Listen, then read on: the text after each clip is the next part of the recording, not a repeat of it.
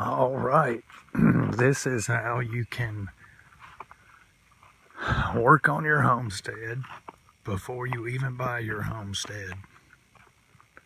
If you're planning on buying property, buying you a homestead, building you a homestead, this is how you can start working on it before you even buy it. Now, if you're planning on getting something within a year or two, 3, here's something you can do. I've already got mine. I've got 40 acres in Tennessee. We got a couple of cabins that are dried in. We're still working on them. We've been working on them for, I don't know, almost 2 years, somewhere around there. But this is my second batch of stuff. I've already taken several buckets up there in one trip. Last year, this year, I've got these going. What you do is get you some plants, fruit trees, wild edibles, whatever. Put them in buckets. Get them established. Get the root system going good. You can keep them in those buckets for 3-4 years if you want. You'll have to give them plant food and change out the soil. But anyway, see, this is how you can actually start working on your property before you even buy it. Right here. Put you some fruit trees, plants, whatever you want in buckets. I got stuff that's been propagated, bought, or just dug up. Just all kinds of stuff, Oregon grape and figs and cherry plums and pawpaw and whatever, blueberry, and you can just go on and on. I got wild carrot, elderberry, but get them in the buckets. And in the wintertime, what you can do is put all them buckets, group them together, put you a lot of straw on the outer edge, and then throw straw on the top. They'll be perfectly fine right through the winter. That's if you don't get them planted before winter. So they'll last right through the winter like that. So start working on your property before you even get it. You can, or even if you have property and you're like me and you're 4 hours away, you can't run up there every weekend. So this is what I do right here. Got me an instant orchard. As soon as I get up there, but before summer's over, I'll have all this up there and planted, and the roots will be good and established. But that's it. That is how you start working on your property before you even buy it. I encourage you to do it. Herbs, rosemary, you get you some perennial herbs and put in your buckets, and elderberry and Queen Anne's lace, wild carrot, fig, and blueberry, and wild basil. My pawpaw tree, I don't know if it's going to make it. I mutilated the roots when I dug it up, but it's still got a little life in it. Cherry plum, propagated, blackberry, Oregon grape. Anyway, I encourage you to prep to homestead. That is, I encourage you to prep. You should already have rice and beans stored and that sort of thing. I'm not talking about an emergency prepping thing. You should have that.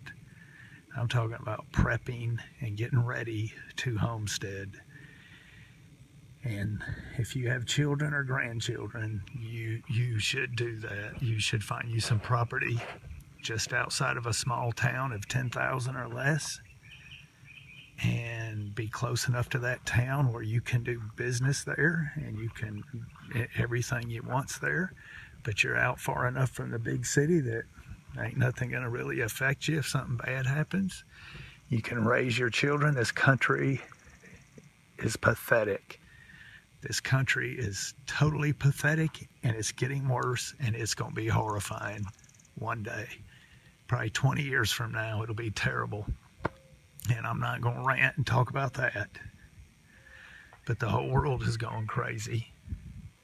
And this country is the worst of the worst. So, anyway, and you know what I'm talking about. So you should have a a plan and start putting it in place.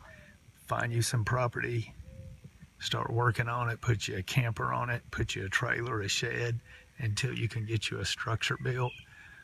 One step at a time, little bitty steps. That's what I told my son. Little steps and we'll have this finished before you know it. And that was when we were digging the footers out by hand for the cabin. Now there's 2 cabins up there. They're both dried in. And the place is just about livable right now. At least my cabin is livable. It would be rough, but it's livable. I've got all the plumbing in it and all that. But anyway, you never know what's going to happen. Total disaster can hit. Or you could just lose your job. But what I'm talking about today is a decline in this country's moral compass, or this country is morally bankrupt, and it is getting worse. It is getting worse. And if you have half a brain, you will raise your children somewhere besides the built-up areas. When I say built-up areas, cities, suburbs, that sort of thing. A plea to prep for homesteading. That is what I'm saying.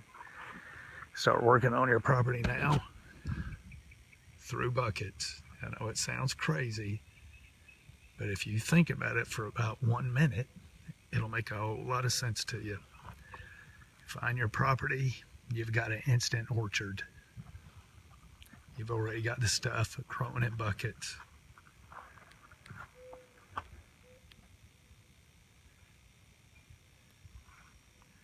I went fishing with my granddaughter today. She caught about 8 fish. That's what I ate for dinner. I ate 4 of them for dinner. We threw the rest back. She's 4 years old, and she was, I can't even explain the screams that came out of her mouth when that fish got on that hook. And it was just the most awesome thing. But that's what we should be teaching our children. I cook that fish up, and the whole time I'm cooking it, I'm thinking, man, this is what we should be teaching our kids and grandkids, huh? Not iPad and games on the phone and the computer and television and that trash. Disney World, all that stuff destroys. All that stuff destroys. It's programming you to be what the elite wants you to be. Today, what happened today was 100% natural. It's what we should be doing. Teaching our kids to hunt and fish and grow food. Cook it, butcher it, clean it. Things that matter. Not all this other trash. Things that matter. What I did today mattered. And I feel like I did. Me and my son did my granddaughter a great favor, I guess you could say, by turning her on to fishing. Anyway, get out of her, my people. Come out of her, my people. Come out of her, my people. Come out of her. Come out of the system. And, of course, you need to find him, but you need to come out of her. You need to come out of the system that we have today, because I'm telling you, it's no good. And they are feeding your kids trash, and they are going to destroy your children. I promise you that. That is a promise. They're getting them when they're young. We will see you on the next one, my friend.